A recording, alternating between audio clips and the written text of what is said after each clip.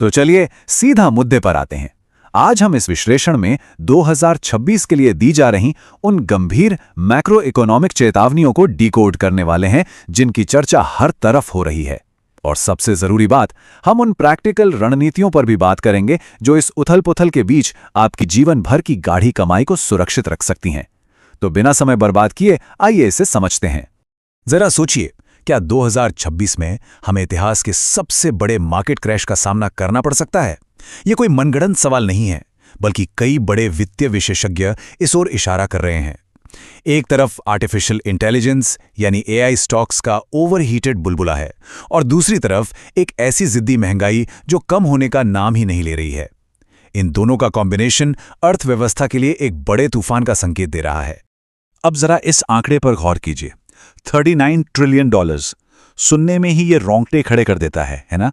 2026 की शुरुआत में ही अमेरिकी राष्ट्रीय कर्ज इस डरावने स्तर को पार कर गया है, और ये सिर्फ अमेरिका की समस्या नहीं है। इतना विशाल कर्ज पूरी वैश्विक अर्थव्यवस्था की नींव के लिए एक बहुत बड़ा स्ट्रेसर है। जब कर्ज का बोझ इतना भारी हो तो इसका सीधा असर आम आदमी की जेब पर पड़ना तय है। और मुसीबत सिर्फ यहीं खत्म नहीं होती। ब्रेंट क्रूड ऑयल की कीमतों में लगभग 76%, हाँ आपने बिल्कुल सही सुना, 75.97% का चौंकाने वाला उछाल देखा गया है। दुनिया भर में चल रहे भू राजनीतिक तनावों ने तेल की कीमतों में आग लगा दी है, और इसका सीधा नतीजा क्या होता है? हमारी और आपकी रोजमर्रा की ऊर्जा और खाने पीने की चीजों की लागत बेतहाशा बढ़ जाती है। मशहूर लेखक और इन्वेस्टर रॉबर्ट कियोसाकी ने इस स्थिति को बहुत सटीक तरीके से समझाया है। हम यहाँ उनका नजरिया रख रहे हैं, जिसके अनुसार बढ़ता हुआ राष्ट्रीय कर्ज और तेल की कीमतों का ये झटका असल में आम लोगों की परचेजिंग पावर को खत्म कर रहा है। उनका मानना है कि ये पूरी व्यवस्था सरकारों को मजबूर करती है कि वो और ज्यादा पैसा छापें, जिससे उस पैसे की वास्तविक कीमत और गिर जाती है। तो आखिर ये सब जुड़ा किससे है? जवाब है फियाट मनी। अगर हम बुनियादी अर्थशास्त्र की बात करें तो फियाट मनी वो करेंसी है जो हम रोज इस्तेमाल करते हैं, जैसे कि डॉलर या रुपया। लेकिन सबसे दिलचस्प बात यह है कि इसका अपना कोई इंट्रिंसिक वैल्यू या वास्तविक मूल्य नहीं होता। इसकी कीमत सिर्फ इसलिए है क्योंकि सरकार इसे मान्यता देती है। और यहीं से दो बिल्कुल अलग विचारधाराएं सामने आती हैं। एक तरफ है क्वांटिटी थ्योरी, जहां अर्थव्यवस्था में लगातार नया पैसा छापा जाता है, जिससे महंगाई उसी अनुपात में बढ़ती जाती है। और दूसरी तरफ है हार्ड कैप स्कार्सिटी यानी सीमित सप्लाई का सिद्धांत, जैसे कि बिटकॉइन, जिसकी सप्लाई सख्ती से 2 करोड़ 10 लाख सिक्कों तक सीमित है, या फिर फिजिकल गोल्ड जो धरती पर सीमित मात्रा में है। यही सीमित सप्लाई इन्हें इतना खास बनाती है। अगर हम इतिहास के पन्ने पलटें तो डेटा बिल्कुल साफ है। जब जब कागजी मुद्रा यानी फिएट मनी कमजोर पड़ी है, तब तब फिजिकल गोल्ड ने लॉन्ग टर्म में एक rock solid store of value का काम किया है। कैश और अन्य कमोडिटीज की तुलना में सोने ने लगातार अपनी ताकत साबित की है। ये आर्थिक संकटों के दौरान संपत्ति को सुरक्षित रखने का एक आजमाया हुआ तरीका रहा है। तो सवाल यह है कि इन आर्थिक चेतावनियों के बीच हम कर क्या सकते हैं? इसका एक बहुत ही प्रैक्टिकल समाधान मौजूद है। अपनी संपत्ति को पेपर फियाट मनी से निकालकर फिजिकल हार्ड एसेट्स की तरफ शिफ्ट करना। निवेशक अब महंगाई से बचने के लिए कीमती धातुओं का एक मजबूत पोर्टफोलियो बनाने पर जोर दे रहे हैं। इस शिफ्ट को सही तरीके से करने के लिए इंडस्ट्री के दिग्गज 3 बहुत ही स्पष्ट स्टेप सुझाते हैं। पहला स्टेप, हाई लिक्विडिटी के लिए सॉवरेन सिक्के खरीदें। दूसरा, स्टोरेज और लागत बचाने के लिए बार्स यानी सिल्लियां खरीदें। और तीसरा, सिर्फ एक धातु पर निर्भर ना रहें, बल्कि सोने और चांदी दोनों के साथ अपने पोर्टफोलियो को डाइवर्सिफाई करें। अब आप सोच रहे होंगे कि शुरुआत सॉवरेन सिक्कों से ही क्यों?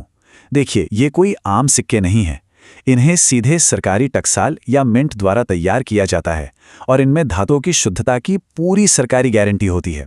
इसी पक्की गारंटी की वजह से ये सिक्के दुनिया भर में सबसे आसानी से पहचाने जाते हैं और सबसे ज्यादा लिक्विड होते हैं।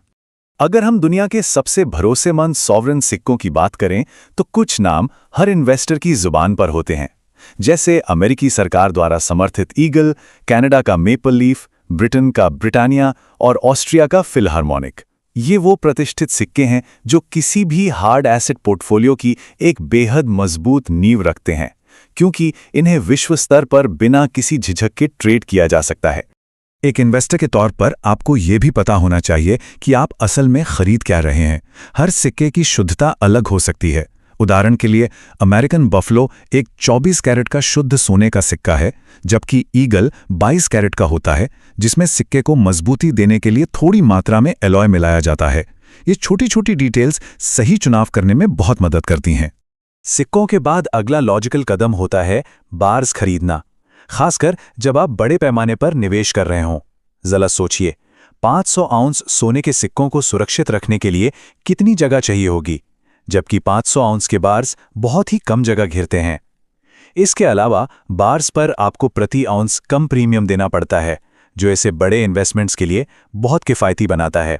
तो एक स्मार्ट पोर्टफोलियो आखिर कैसा दिखता है? वो इन दोनों चीजों का एक बेहतरीन बैलेंस होता है। आपके पास तुरंत लिक्विडिटी या गिफ्टिंग के लिए कुछ सॉवरेन सिक्के होने चाहिए जिन्हें आसानी से भुनाया जा सके, और साथ ही अपनी बड़ी वेल्थ को लंबे समय तक सुरक्षित और कुशलता से स्टोर करने के लिए बड़े बार्स होने चाहिए। यही बैलेंस एक परिपक्व निवेश की असली पहचान है।